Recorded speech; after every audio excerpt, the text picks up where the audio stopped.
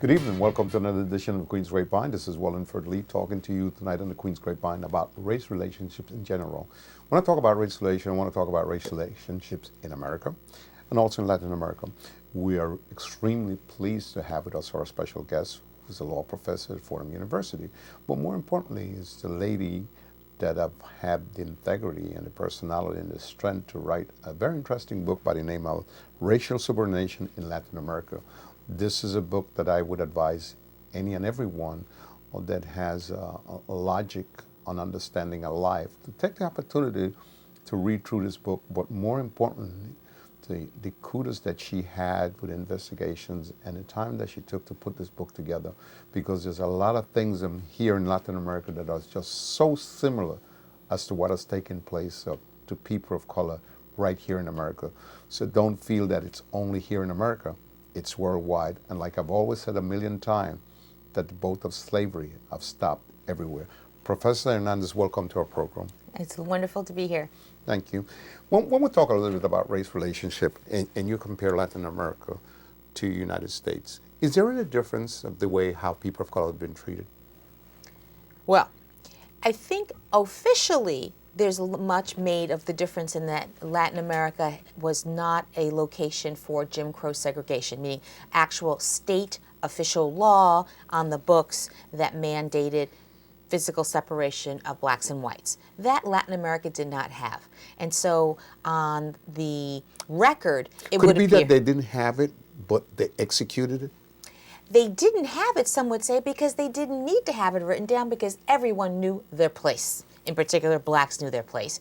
And customary law, sort of the unstated but laws and norms that everyone understood, were already in place and being enforced by police and being given state funding to enforce these rules and regulations of segregation.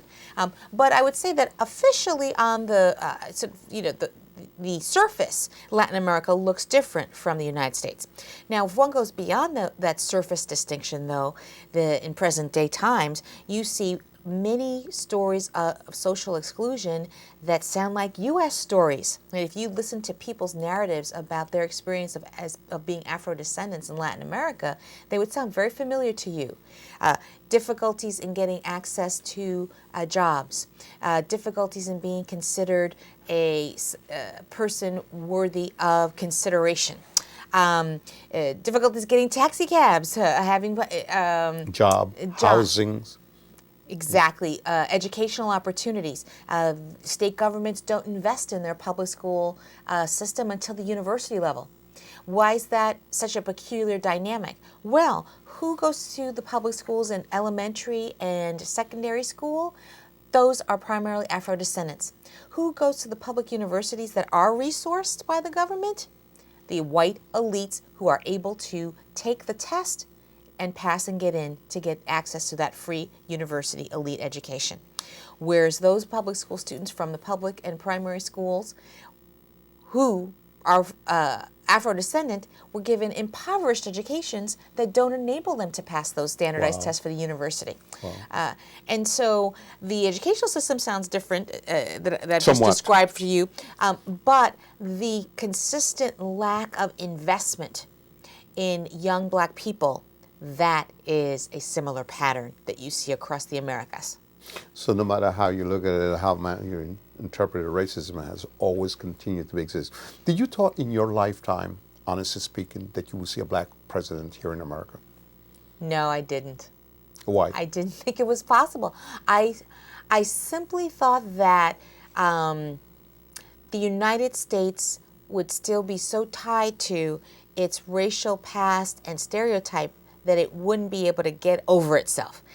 Now, do I think that President Obama could have been elected absent the terrible track record of the Republicans that preceded him, the public embarrassment in foreign policy would be before the rest of the world? I think it was that confluence or convergence of lots of different factors that enabled him to win. I don't think it was simply that we had become so racially transcendent. Are you talking about his first time running for president or Correct. re-election? The first time. The first time. And then the second go around, I think many people agreed there was really not a significant contender running up against him. Romney had so many issues that, he practically gave the election over to Obama. Now, that being said, people had to fight tooth and nail, even with such a poor opponent. So, even his win, the way in which he had to go about winning, I think is actually quite demonstrates the extent to which race is still a problem in the United States. It's a big problem because obviously, like I said to you off camera, I thought that the behavior of the Republican Party leave a lot to be desired, not understanding multicultural. As far as they're concerned, the Latinos don't exist, even though they have a tremendous amount of voting rights and their lost population. They look at people of color, the second citizen, that you're lazy, you don't want to work and stuff like that. And today, even though the election is over and Obama has won, hands down, you have Republicans still cannot grasp the reality that he has won, and he didn't take over the country, he won by voting rights. They still do not accept it. Why is that such a king-size problem in today's environment? We're in the new century, so to speak. What is going on in our minds? Well, there is a reluctance to give up race-based privilege. It is a luxury to constantly be presumed as entitled and the self-proclaimed leaders of the world and of this country. And so I don't think people give up privilege without a struggle. And so what we're seeing, I think, is the extent to which, despite the changes in our demography, that our nation has an elite that doesn't want to let go of race-based privilege, and it also has people in lower classes who are not economically benefited by having racial stratification, but have a skin-based privilege that they don't want to let go of. It is a form of a self-esteem, or what W.E.B. Du Bois would call sort of the wages of whiteness, that you still get a boost out of having white skin color. But aren't we supposed to accept one thing, and the Republican Party need to understand that? Yes, the Latino vote made a big difference the second time.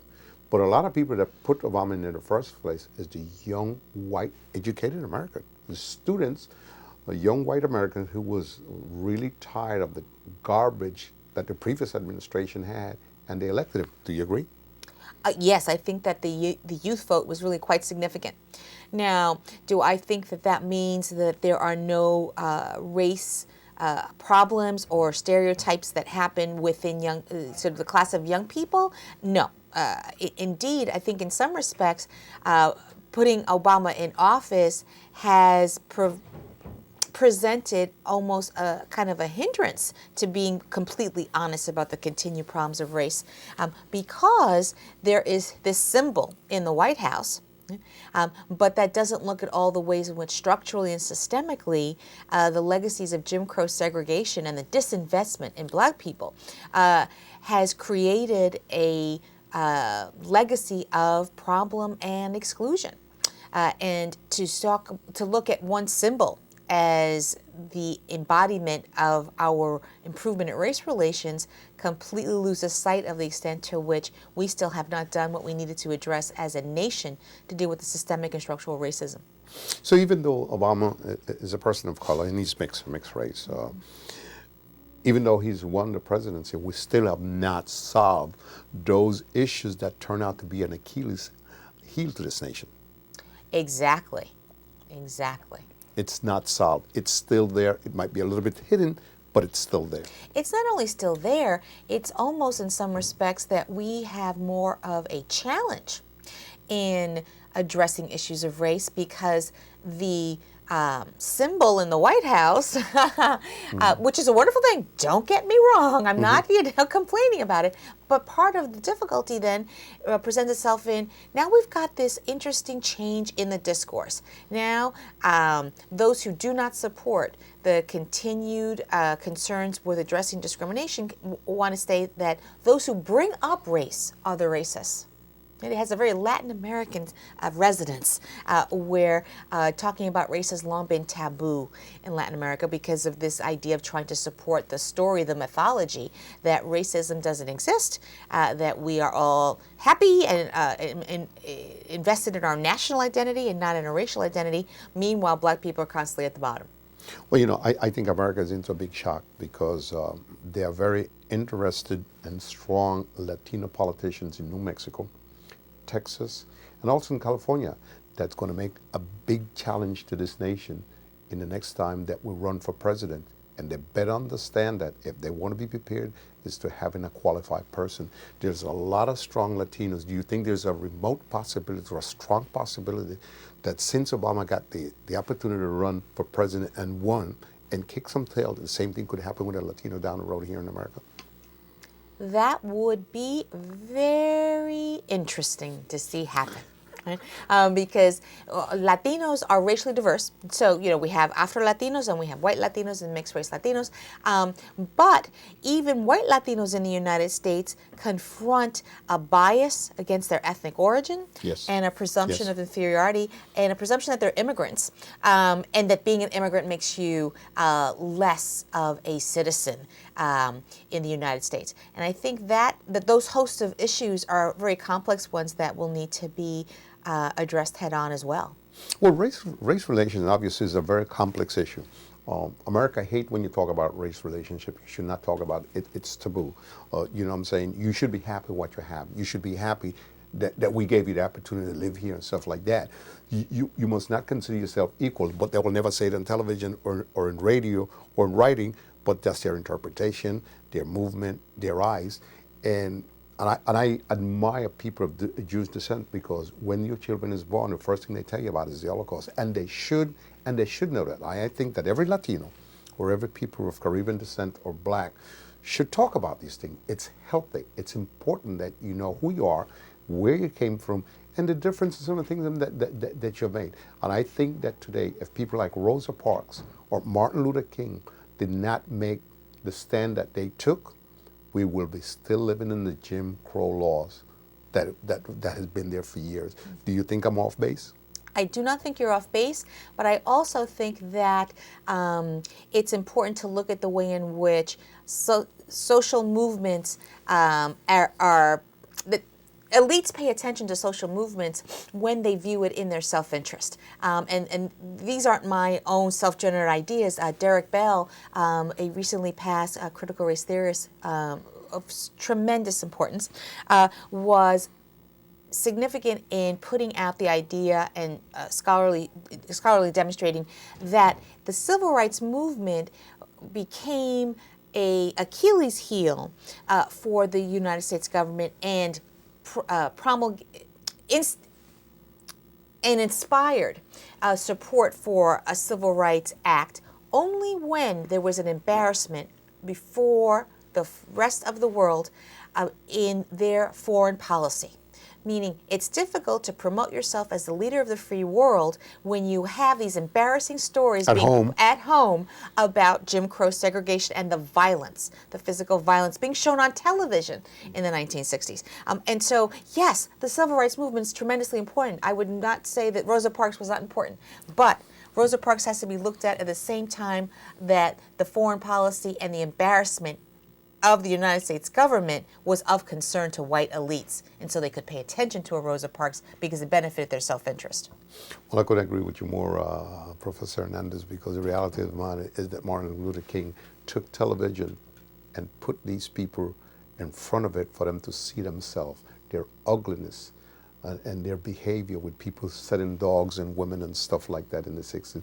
Well, Professor, I want to take this opportunity on behalf of the Grapevine, because we're going to do a step 2 in this other portion of the program to thank you so much for your input and for that book that you've put together.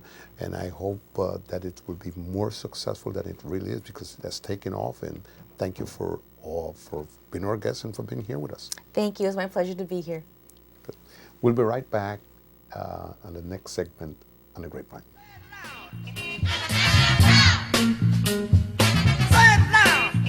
Let's talk about one thing very important. Latin America relationship in terms of in terms of marriage, if a person of color is interested in marrying a white person, what happened then? Well, this is what is so fascinating. Part of this story of racial innocence and sort of strategically comparing Latin America and its lack of Jim Crow laws to the United States is this attempt to be able to say we're better than the United States. And in that story also includes this idea, we believe in racial mixture in a way the U.S. doesn't. We're okay with interracial relationships. But what that completely overlooks is the way in which people who are on different ends of the spectrum, as far as color and phenotype are concerned, are looked at askance in Latin America. I mean, racial mixture is okay if the racial mixture happens in close parallel. So two people who are sort of light and dark around the same degree, that's an okay mixture. That's acceptable. That's acceptable, especially if it's lower class. But to have a very fair-skinned white woman of the upper class get involved with a dark-skinned man, that would be viewed as a problem. A no-no. A no-no. And I'll give you an example, very interesting. There is a Afro-Cuban scholar married to a British woman, a white British woman, and they travel all over the world as part of their work, and they have written about the way in which when they're in the United States, this place that has been supposedly, you know, the heart of all problems of racism, that there are many spaces where they move where they are perfectly accepted and have comfort. But when they go back to Cuba, where this man is from, and they go to other parts of Latin America, they get the double takes, they get the pejorative statements. In other words, it's not neutral, the reception, and indeed it's a negative reception to their relationship, an interracial relationship. Well, I find it amazing, and I agree with the professor. You know, those who are watching the program, somebody that was blonde in Latin America are known as rubias or macha. If somebody of color is interested in her, first of all, her family usually tend to disown her. If the person of color is very well high in society and have money, it might be accepted back then in the 40s and 50s, but not really embraced. As a matter of fact, it was a dangerous thing, just like it was dangerous here in the United States of America back then. Today it's a little bit more accepted. Do you think it's really been more accepted today in Latin America with a person of color marrying a white person? I think that what has never been necessarily a problem is the same thing that's never necessarily been a problem here in the United States, and that's elite white men availing themselves of sexual intimacy with women of color. That's never been the issue as far as, if you want to call that racial mixture. What has been a problem and continues to be the problem is the idea of white elites being in relationship and marriage to people of color. When you look at the rates of marriage, they are still very much endogamous, meaning that it's within same color spectrum, same race grouping. That the rates of same-race marriage is quite significant in Latin America, as it is in the United States. As we continue navigating here about race relationships in Latin America, and also talking about this wonderful book that Professor Tanya Hernandez wrote, we'll be right back at the Grapevine, because this is the only type of program that you will see reality. The major television station will not give you a program of this magnitude. We'll be right back on the Grapevine. And we're back here in the Queen's Grapevine talking about race relationships in Latin America in general. There's over 155 to 157 million Afro-Caribbean or Afro-Americans all over Latin America. And, you know, we're talking a little bit about how they were received after slavery, how they have been incorporated in the countries, and the state laws and government, whether they are protection to them.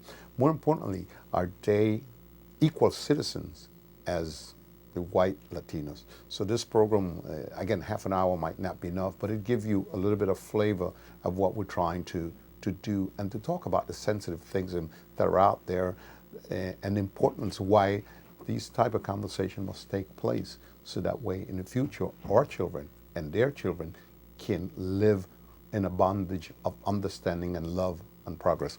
Professor, when we talk about these type of issues, In Latin America, in their curriculum, is the black education or background for where these people came from incorporated into the curriculum of studies? No, this has been a significant problem. The lack of any exposure in the educational system to the histories of people of Afro descent in their own countries and of Africa as a place of significant contribution to the world. And what has been interesting as far as you think of the role of law, my perspective since I'm a lawyer, is the way in which some countries, Colombia and Brazil in particular, to name just a few, have instituted laws that mandate the inclusion of African history, Afro-descendant history within their curriculums. Because education is controlled by a minister of education, unlike in the United States, it's more centralized from a federal perspective. There's an ability to be able to use law to make uniform the curriculum across the nation. And so we see some sort of bright spots about trying to undo this invisibility and directly address and educate our people in ways that they deserve. But it seems like only Colombia and the other country that you mentioned is involved. What is the problem in the other countries to understand and incorporate that? Well, part of the difficulty is to go back to the 1800s. There is a very significant person named Arturo Schomburg, an Afro-Puerto Rican, who said that one of his main inspirations for becoming a scholar and learning everything he possibly could about people of African descent throughout the world and amass this collection of papers to do that was a statement by one of his primary school teachers in Santurce, Puerto Rico, who said to him, "Black people have no history. They have no accomplishments worthy of mention." Wow.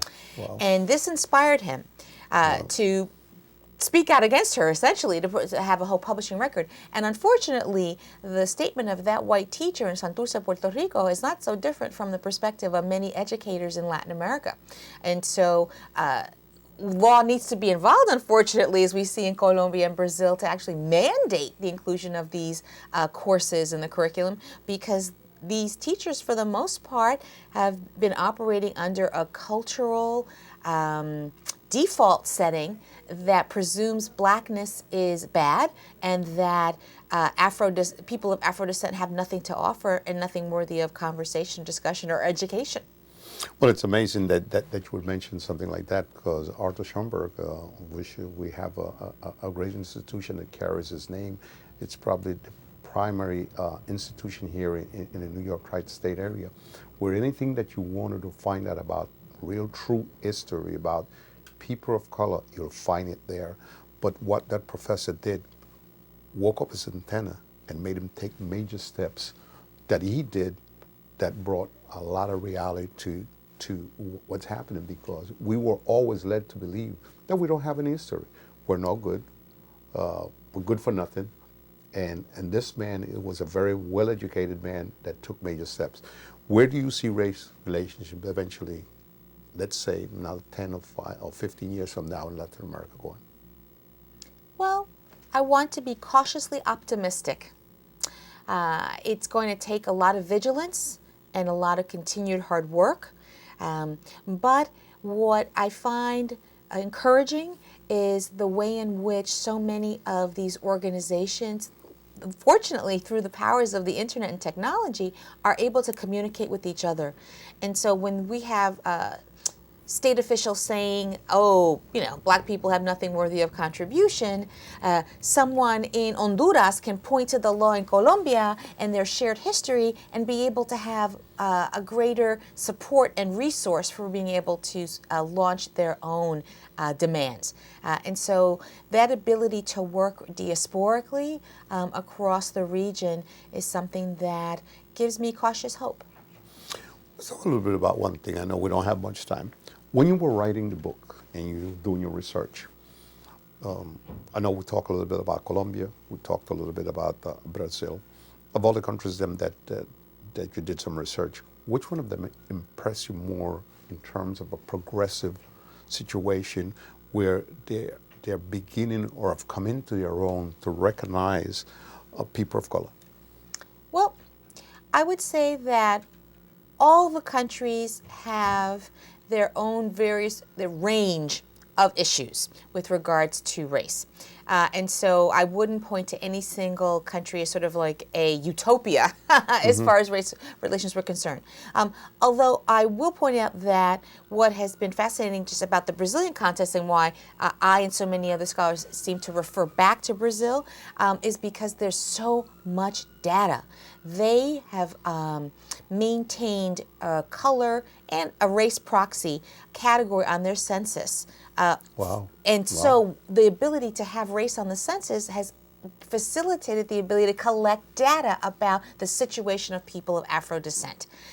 And that is a richness in having the data there that I think has actually been useful to the Afro social justice movement in Brazil, that the absence of race data, of having a race category or color category in the census in places like Venezuela for a very long time, for instance, even with a socialist regime, has hindered the ability of Afro-descendants to move forward. Because if you can't point to it and show the numbers, this many black people don't have homes, as compared to white people with the same economic background. So you take this situation of class always being the explanation, and you isolate the way in which race has its own effect. That inability to do that, not having that data, is a real disadvantage. It's a problem. And so I think that Brazil has been advantaged by having that racial census data. I would have to agree with you. On that note, Professor, I want to take the opportunity on behalf of the family of Grapevine to say thank you so much for being so kind to coming on board on Queen's Grapevine and educating the mind of some of the people in the community of things that have taken place in the past and that continue happening, and those aware of some been so progress. We have no words to thank you, and we want to congratulate you for that book that you've put together. Thank you very much. It's my pleasure to be here. Thanks again. And again, this is Wallingford Lee saying good night for the Queen's Grapevine and saying I hope that this program has been to your liking. See you next week at the same time, at the same hour. Good night.